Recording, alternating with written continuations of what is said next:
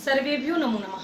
मैं डॉक्टर अनीता चौहान, राजकीय बालिका हाई स्कूल अगौथा, जनपद मैनपुरी से मैं संस्कृत शिक्षिका के रूप में आज आप लोगों के समक्ष संस्कृत व्याकरण के अंतर्गत संधि प्रकरण में व्यंजन संधियां लेकर उपस्थित हूँ। इससे पूर्व स्वर संधियों को हम विस्तार से समझ चुके हैं। तत्पश्चात व्यंजन संधियां आपके सामने प्रस्तुत हैं और इनको हम इस प्रकार से समझ लेते हैं। आज के वीडियो में प्रमुख बिंदु हैं व्यंजन संधि की परिभाषा एवं उसका अर्थ, व्यंजन संधियों के भेद, इष्टुत्व, इष्टुत्व, जसत्व इत्यादि संधियों का परिचय और उनके उदाहरण और उन्हें विच्छेद करने की और संधि करने के नियम इत्यादि। सबसे पहले समझ लेते हैं हल संधियां या व्यंजन संधियां हैं क्या। हल संधियां या व्यंजन संधियां किसको कहते हैं, ये देखिए। व्यंजन के पश्चात स्वर अथवा व्यंजन कोई भी आए तो व्यंजन संधि होती है। व्यंजन के पश्चात यानी कि पूर्व में व्यंजन ही आना चाहिए। जो हम जोड़ का चिन्ह लगाते हैं, संधि करते हैं, उससे पूर्व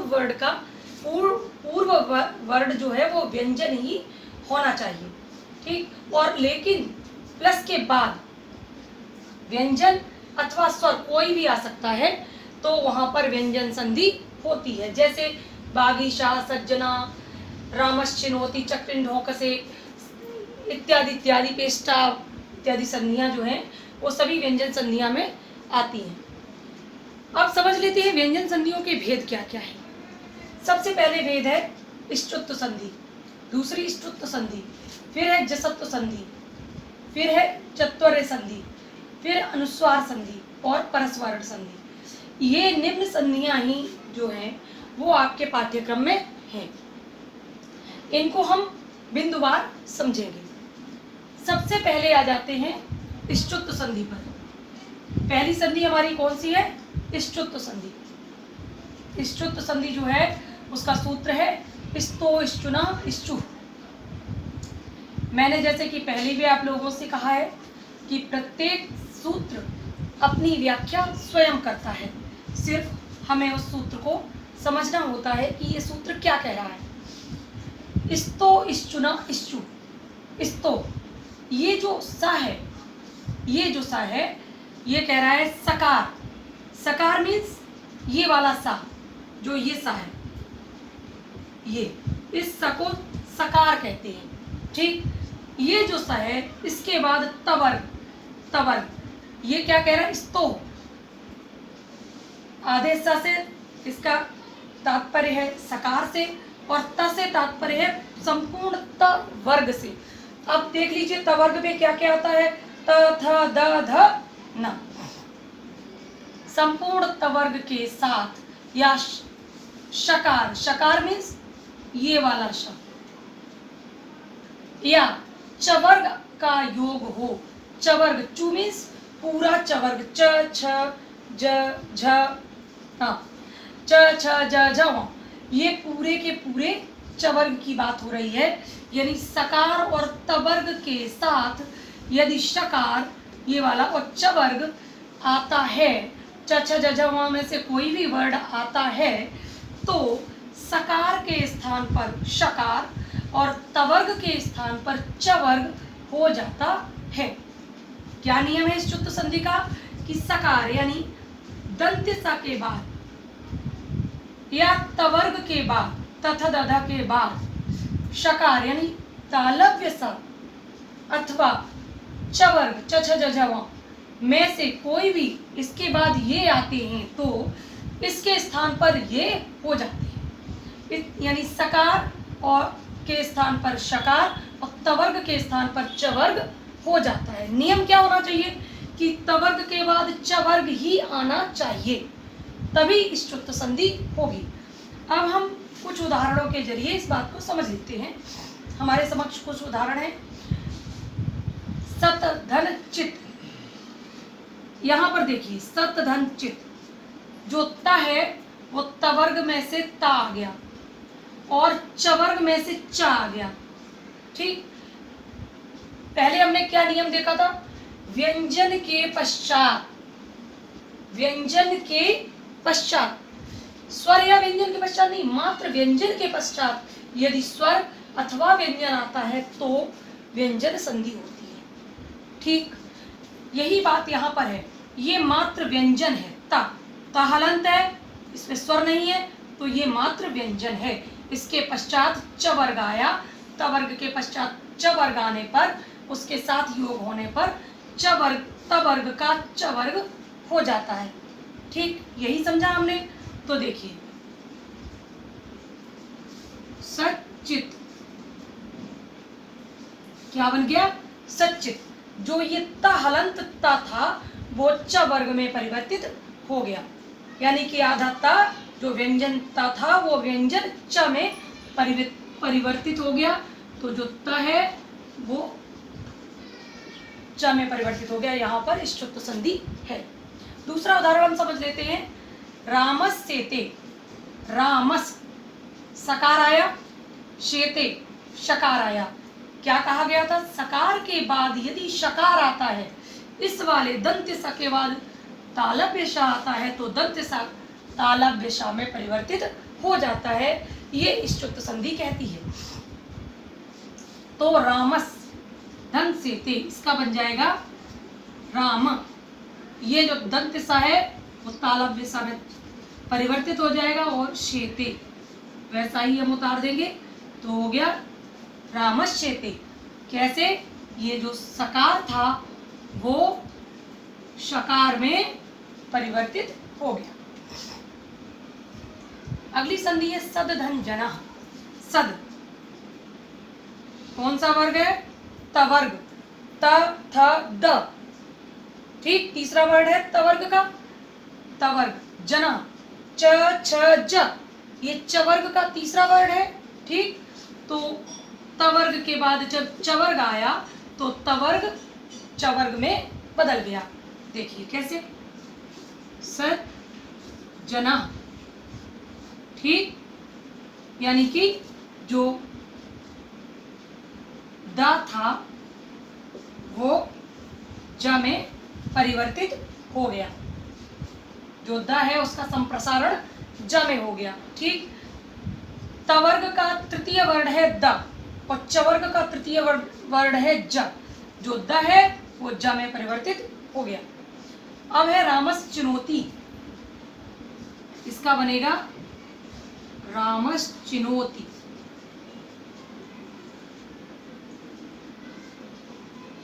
वही बात है, सकार जो है, सकार के पश्चात उसके योग में च वर्ग आया तो शकार का सकार हो गया। कैसे? सकार का शकार हो गया। ये इसका नियम था। इसी प्रकार से इसके और भी कई उदाहरण हैं जो मैं आपको गृह कार्य के माध्यम से दूंगी। इसी के आधार पर आप वो संधियां भी बनाएंगे। ये संधि समझने के बाद अब हम आते हैं इष्टुत्व संधि पर। जो नियम इष्टुत्व संधि में है उसी प्रकार से नियम इष्टुत्व संधि में है। थोड़ा सा परिवर्तन है, उसको हम समझते हैं। कैसे? इष्टुत्व संधि का नियम है इष्टुना इष्टु, इष्टुना इष्टु। ये क्या कहता है नियम? ये सूत्र में कहता है कि सकार के बाद तवर्ग के साथ शकार या टवर्ग का योग हो तो सकार का शकार में परिवर्तन हो जाता है। यहां पर इष्टुत्व संधि क्या कह रही थी? सकार के बाद, सकार या तवर्ग के बाद शकार या टवर्ग आता है, चवर्ग आता है तो सकार शकार में और तवर्ग चवर्ग में परिवर्तित हो जाता है। इष्टुत्व संधि हमसे क्या कहती है कि सकार के पश्चात या तवर्ग के पश्चात शकार यानी मूर्धन्य श अथवा टवर्ग आता है तो जो दंत सा है वो मूर्धन्य श में और जो तवर्ग है वो टवर्ग में परिवर्तित हो जाता है, बदल जाता है। नियम एक ही है, सिर्फ वर्ग बदल गया है। यहाँ पर भी सकार और तवर्ग है, यहाँ पर भी सकार और तवर्ग है।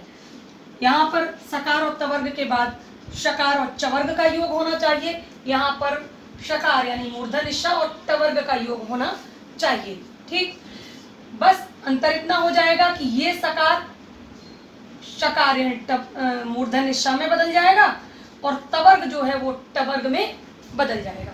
इसका उदाहरण देख लीजिए, क्या है, तत् धन टीका। यहाँ पर क्या है, तवर्ग है और यहाँ पर क्या है, टवर्ग है, तो बन जाएगा तट टीका। क्या बन जाएगा, तट टीका। जो तवर्ग है वो टवर्ग में बदल गया। कैसे, जो तवर्ग था वो टवर्ग में संप्रसारित हो गया, तो त का टवर्ग में परिवर्तन हो गया। ठीक, ये भी तवर्ग का प्रथम वर्ण है और तभी टवर्ग का प्रथम वर्ण है। ठीक, अब आता है पेष्टा।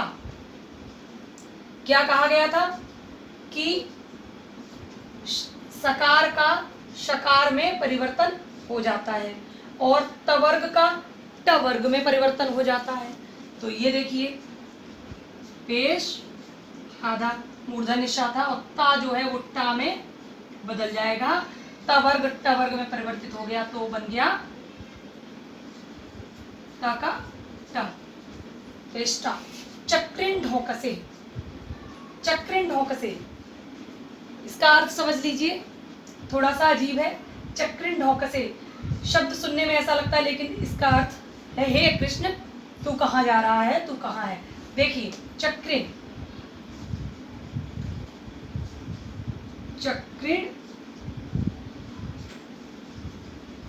ढोकसे, ये संधि बनेगी चक्रिन ढोकसे।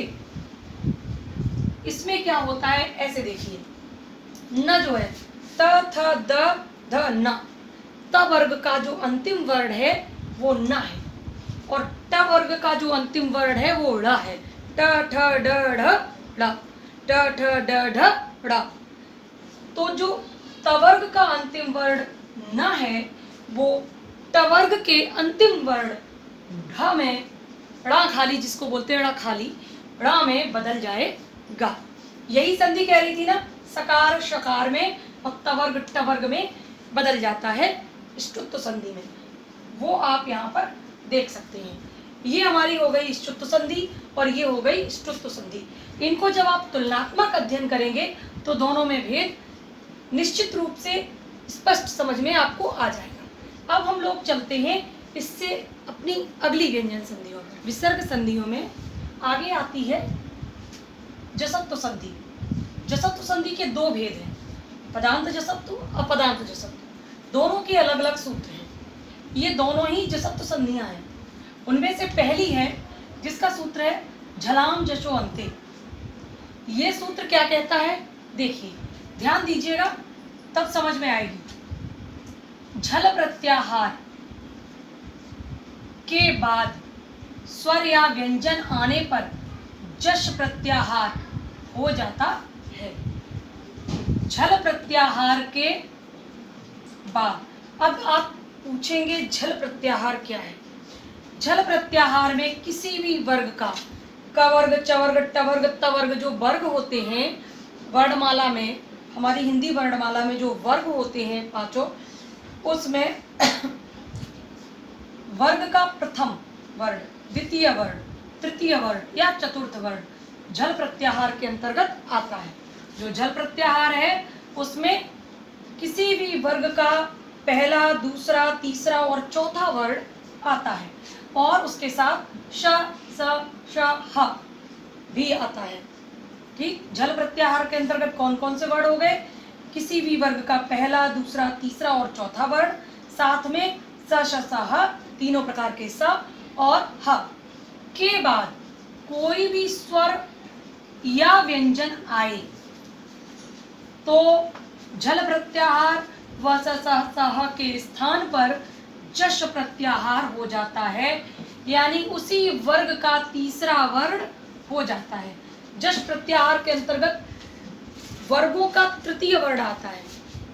जो जश प्रत्याहार है उसमें किसी भी वर्ग का तृतीय वर्ण आता है। जैसे क वर्ग है, क वर्ग का तृतीय वर्ण क्या होगा, क ख ग। च वर्ग का तृतीय वर्ण क्या होगा, च छ ज, ज हो गया। ट वर्ग का तृतीय वर्ण क्या होगा, ट ठ ड। इसी प्रकार से जो जश प्रत्याहार है उसमें किसी भी वर्ग का तृतीय वर्ण आता है। शर्त क्या है, पहले झल प्रत्याहार होना चाहिए अथवा श स स ह में से कोई भी एक वर्ण होना चाहिए। इसको हम उदाहरणों के माध्यम से समझेंगे तो हम बेहतर समझ पाएंगे। देखिए, जगत धन ईशा, जगत धन ईशा, जो त है वो त वर्ग का प्रथम वर्ण है। पहली नियम पूरा होता है, पहली शर्त मानती है ये संधि। दूसरी बात, उसके बाद स्वर या व्यंजन आने पर, उसके बाद में स्वर अथवा व्यंजन कुछ भी आने पर, तो ई एक स्वर है, हो गया। तो त वर्ग काहे में बदल जाएगा? त वर्ग जो है वो जश प्रत्याहार में बदल जाएगा, यानी कि त वर्ग का जो तीसरा वर्ण होगा, उसी वर्ग का जो तीसरा वर्ण होता है वो यहाँ पर आ जाएगा। प्रत्येक वर्ग का तृतीय वर्ण जस प्रत्याहार में आता है, ये मैं आप लोगों को पहले ही बता चुकी हूँ। ठीक, तो त वर्ग का जो तीसरा वर्ण है वो क्या है? त थ द, यहाँ पर द वर्ण आ जाएगा। देखिए, जगत द, त कायम, त किस में बदल गया? द में। जगत धन ईशा, ठीक, मिलाकर लिख देंगे, हो जाएगा जगदीशा। ठीक, मिलाकर लिख दिया, दा पर बड़ी की मात्रा हो गई तो जगदीशा बन गया। अगला उदाहरण देखिए, अच धन अंतः। अच, च वर्ग का प्रथम वर्ण है च, च वर्ग का प्रथम वर्ण क्या हो गया? च, और यहाँ आ एक स्वर है, तो च जो प्रथम वर्ण है वो अपने तृतीय वर्ण में बदल जाएगा, परिवर्तित हो जाएगा। प्रथम वर्ण जो है उसका स्थान तृतीय वर्ण ले लेगा। आप देखिए, च का तृतीय वर्ण क्या पड़ता है, खुद ही देखिए, च छ ज, ज आ गया, तो लिखते हैं अ ज, च जो है वो ज में बदल गया। अज धन अंतः, हलंत लगा हुआ है, मैंने पहले ही कह दिया, बताया है आप लोगों को ये बात कि स्वर जब नहीं, किसी व्यंजन में स्वर नहीं होता है तो वो हलंत होता है। ठीक, तो ये आधा ज है, यानी कि ये मात्र व्यंजन है, और जब इसमें लिखेंगे तो अजंतः, स्वर इसमें मिल जाएगा तो ये अजंतः बन जाएगा। ये हो गई हमारी दूसरी संधि। तीसरी देखिए, वाक धन ईसा, क वर्ग का प्रथम वर्ण है क, और ईशा यहाँ पे स्वर आ गया, तो देखिए क वर्ग का तीसरा वर्ण क्या है? संधि ने क्या कहा था? पहला, दूसरा, तीसरा, चौथा या स स स ह में से कोई भी वर्ण होता है और उसके बाद स्वर या व्यंजन आता है, तो जिस वर्ग का वर्ण होगा प्लस से पहले जो वर्ग का वर्ण होगा, जो भी वर्ण हो, उसी वर्ग का तीसरा वर्ण हो जाएगा। ये नहीं कि किसी भी वर्ग का तीसरा वर्ण लिख दिया, ऐसा नहीं होगा, तो संधि गलत हो जाएगी हमारी। ठीक है, तो उसी वर्ग का तीसरा वर्ण हो जाएगा वाग, क का तीसरा वर्ण हो गया ग, धन ईशा। ठीक, वाग धन ईशा, तो मिलाकर लिख देंगे वागीशा। ठीक, गा पे बड़ी की मात्रा आ गई, हो गया वागीशा। सुप धन अंतः, ये अंतिम उदाहरण देख लेते हैं हम लोग। सुप, प वर्ग का पहला ही वर्ण है प, और अंतः इधर आ गया स्वर, तो प जो है वो अपने ही वर्ग के तीसरे वर्ण में परिवर्तित हो जाएगा झलाम जशो अंत्य संधि के अनुसार। तो प का तीसरा वर्ण क्या है? प फ ब, शुभ धन अंतः। ठीक, मिलाकर लिख देते हैं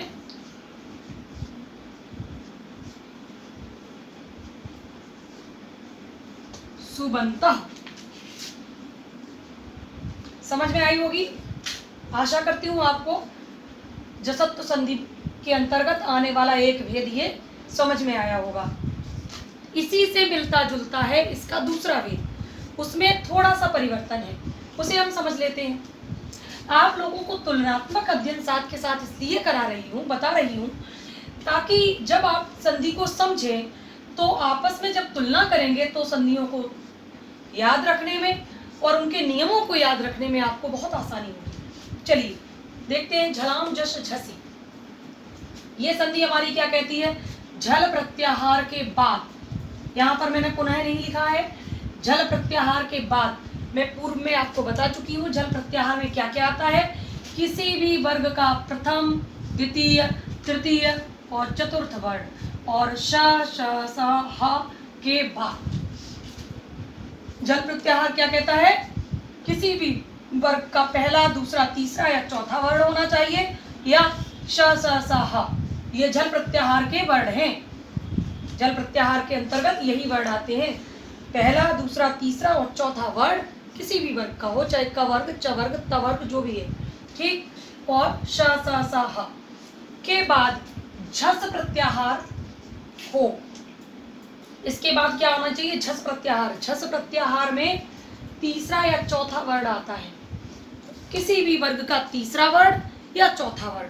जैसे क का तीसरा वर्ण हो गया ग, है ना, और चौथा वर्ण हो गया घ, तो तीसरा या चौथा वर्ण आना चाहिए प्लस के बाद, तो जश प्रत्याहार हो जाता है। जश प्रत्याहार हो जाता है। जस प्रत्याहार आपको बता चुकी हूँ, जस प्रत्याहार में क्या हो जाता है? उसी वर्ग का तीसरा वर्ण हो जाता है। इसमें भी तीसरा वर्ण हो गया। देखिए दोग धन धा, तो दोघ, घा है, घा झल प्रत्याहार का वर्ण है, ठीक। झल प्रत्याहार में क ख ग घ चौथा वर्ण आ गया, तो ये झल प्रत्याहार का वर्ण हो गया। और इसके बाद झस प्रत्याहार आना चाहिए, तीसरा या चौथा वर्ण आना चाहिए, तीसरा या चौथा, ठीक, झस प्रत्याहार का। तो ये चौथा वर्ण आ गया, त थ द ध ध ध, त वर्ग का चौथा वर्ण क्या है? ध। ये यहाँ पर चौथा वर्ण आ गया, तो ये नियम पूरा हो गया। तो जो ये झस प्रत्याहार है वो जश प्रत्याहार में बदल जाएगा, यानी कि झस प्रत्याहार का वर्ण जो है वो झस प्रत्याहार में बदल जाएगा, यानी कि उसी वर्ग के तीसरे वर्ण में बदल जाएगा। तो दो ग धा, दोग्धा। कैसे? जो घ है वो ग में परिवर्तित हो गया, घ चौथा वर्ण है और ग तीसरा वर्ण है, तो घ ग में परिवर्तित हो गया। लब धन धा, लब जो कि चौथा वर्ण है अपने वर्ग का, यानी झल प्रत्याहार का वर्ण है, और ये तीसरे वर्ण में बदल जाएगा, यानी कि जश प्रत्याहार में बदल जाएगा। लब धा, आरव धन धा, वही है इसमें भी। देखिए जो घा है वो संप्रसारित होके ग में चला गया, और जो भा है वो ब में बदल गया, और जो भा है वो ब में बदल जाएगा, आरथ, ठीक। तो ये भी भा ब में बदल गया। और वृद्धा, ये भी अपने वर्ग का चतुर्थ वर्ण है, और ये तृतीय वर्ण में परिवर्तित हो जाएगा, यानी जश प्रत्याहार में परिवर्तित हो जाएगा। वृद्ध धा, कैसे? जो धा है चतुर्थ वर्ण है वो द में, त थ द धा चतुर्थ वर्ण है, जो कि त थ द तृतीय वर्ण यानी जश प्रत्याहार में परिवर्तित होकर के वृद्धा शब्द बना। ये है हमारी झलाम जश झसी संधि, जो कि इसका सूत्र भी पहले से ही क्या कह रहा है? झलाम यानी कि झल प्रत्याहार के पश्चात झसी यानी झस प्रत्याहार हो, तो झस प्रत्याहार जो है वो जस प्रत्याहार में परिवर्तित हो जाता है, ठीक। आइए अब आगे चलते हैं। आज हमने संधि प्रकरण के अंतर्गत हल अथवा व्यंजन संधियों के अंतर्गत इष्टुत्व संधि, इष्टुत्व संधि और जसत्व संधि के दोनों भेदों को सीखा। उसी के पश्चात जो आप लोगों को सिखाया गया है उसके आधार पर यह गृह कार्य आप लोगों को संपन्न करना है। देखिए पहला प्रश्न है आप लोगों के लिए, संधि का नामोल्लेख करते हुए संधि कीजिए। इसमें आपको संधि का नाम भी लिखना है, नियम भी बताना है और संधि करनी है। सत धन मार्गः, कस धन चित, कृश धन न, योध धन ध। इसे आप नोट कर लीजिए। अगला प्रश्न है आप लोगों के लिए, निम्नलिखित की संधि विच्छेद करते हुए नियम बताइए। दृष्टः, तच्छवि, सद्गति और निश्चितम, ये 4 संधियां हैं। इनको पहले आपको विच्छेद करना है और उसका नियम और नामोल्लेख भी साथ के साथ करना है। ठीक है, इससे आपको ये आकलन होगा कि आपने जो सीखा वो कितना सीख पाए, आपको कितना आप समझ पाए। अब अंतिम प्रश्न है आप लोगों के लिए, झलाम जशो अंते सूत्र की व्याख्या करते हुए कोई 2 उदाहरण दीजिए। ये आपको अभी बताया गया झलाम जशो अंते सूत्र जसत्व संधि का है। इसके आपको 2 उदाहरण देने हैं और यह सूत्र क्या कहता है उसकी व्याख्या भी करनी है। आज के वीडियो में बस इतना ही। व्यंजन संधियों के अंतर्गत आपने जो संधियां सीखी हैं, अगले वीडियो में आपके लिए व्याकरण से संबंधित और भी नया टॉपिक, नया संदर्भ ग्रहण करते हुए आपके समक्ष प्रस्तुत होंगी। इसी के साथ आपके उज्जवल भविष्य की कामना करती हूँ। धन्यवाद।